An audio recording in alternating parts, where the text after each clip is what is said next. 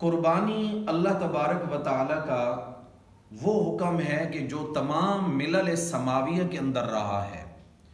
اس کا مقصد بارگاہ الہی میں تقرب حاصل کرنا ہوتا ہے۔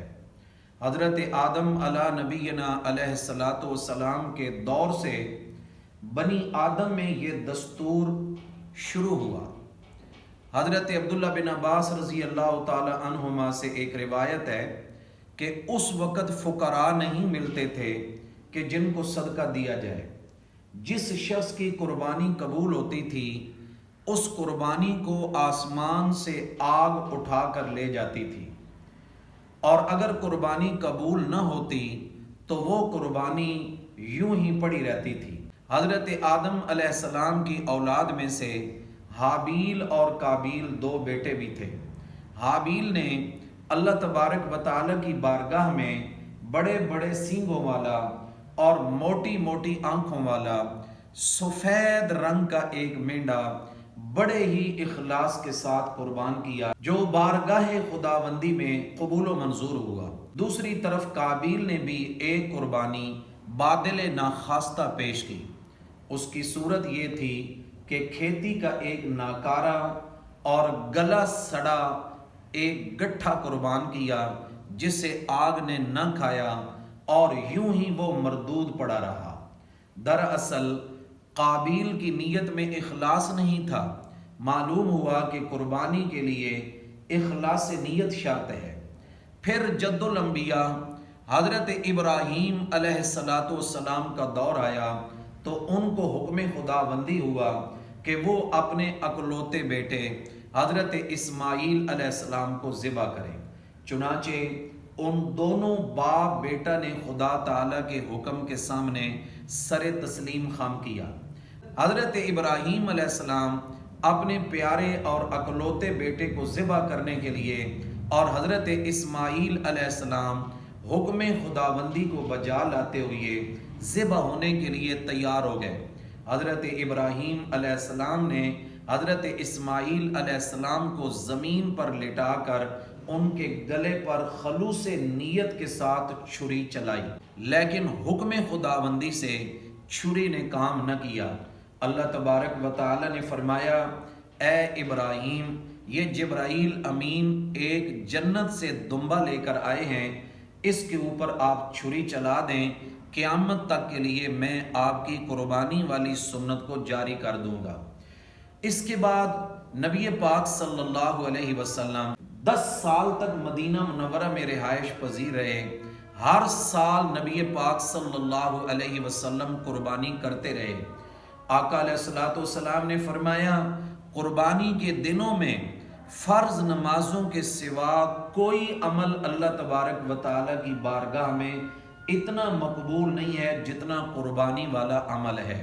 قیامت کے دن اس کا ثواب اس کے سینگوں، بالوں اور کھروں سمیت سامنے آ جائے گا، اور قربانی کرتے وقت خون کا جو قطرہ زمین پر گرنے سے پہلے ہی اللہ تعالیٰ کے نزدیک وہ مقبول ہو جاتا ہے۔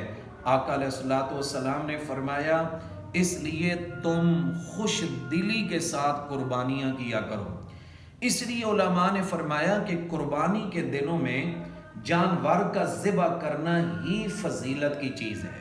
بہت سارے لوگ آج کل یہ اعتراض کرتے ہیں کہ مسلمان جو قربانی کا اتنا پیسہ ضائع کرتے ہیں جانوروں کو ذبح کرنے کی صورت میں، اگر یہی سارے پیسے غریبوں کو دے دیا جائے، جو اتنے مہنگے مہنگے جانوروں پر پیسہ خرچ کیا جاتا ہے، یہ ہسپتالوں میں دوائیوں کے لیے پیسہ لگا دیا جائے، یتیموں پہ خرچ کر دیا جائے، بیواؤں کی مدد کی جائے، رفاع عامہ کے کاموں میں اس سارے پیسے کو خرچ کر دیا جائے تو کتنا ہی اچھا ہوگا۔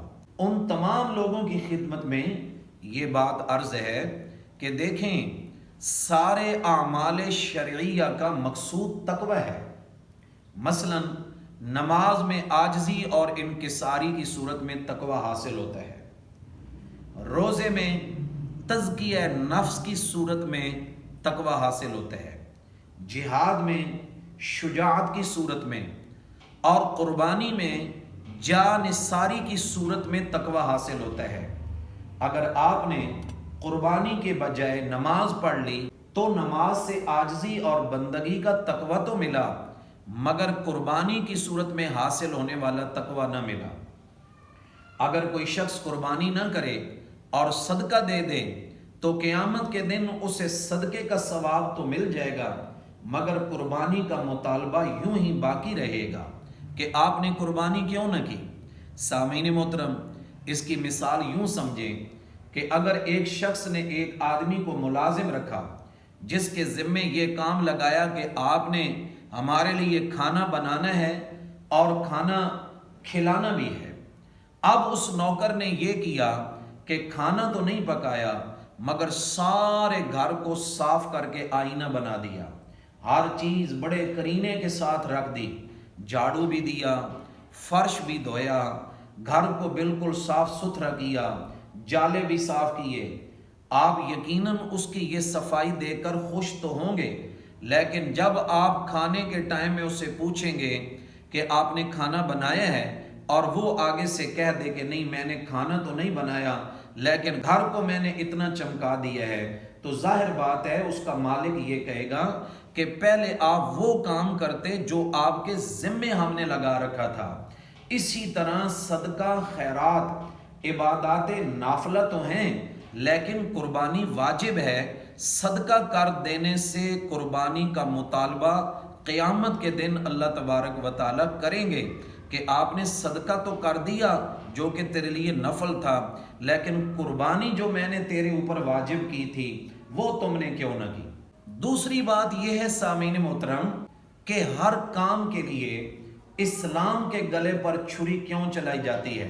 کچھ انسان اپنی خواہشات نفس پر بھی چھری چلا دیں۔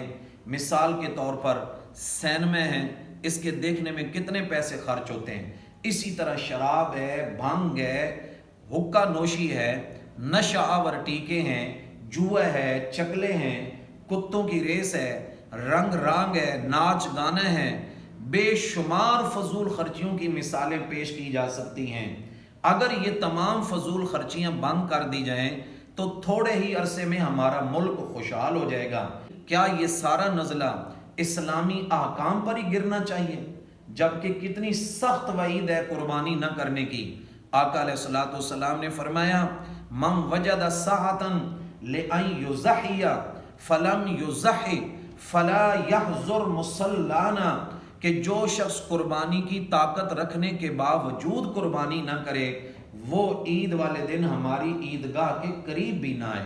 لہٰذا انسان کو چاہیے کہ اپنی وسعت کے مطابق غریبوں پہ بھی خرچ ضرور کرے، رفاع عامہ کے کاموں میں بھی خرچ ضرور کرے، لیکن جو اللہ تعالیٰ کا حکم ہے اس حکم کو ضرور بجا لائے۔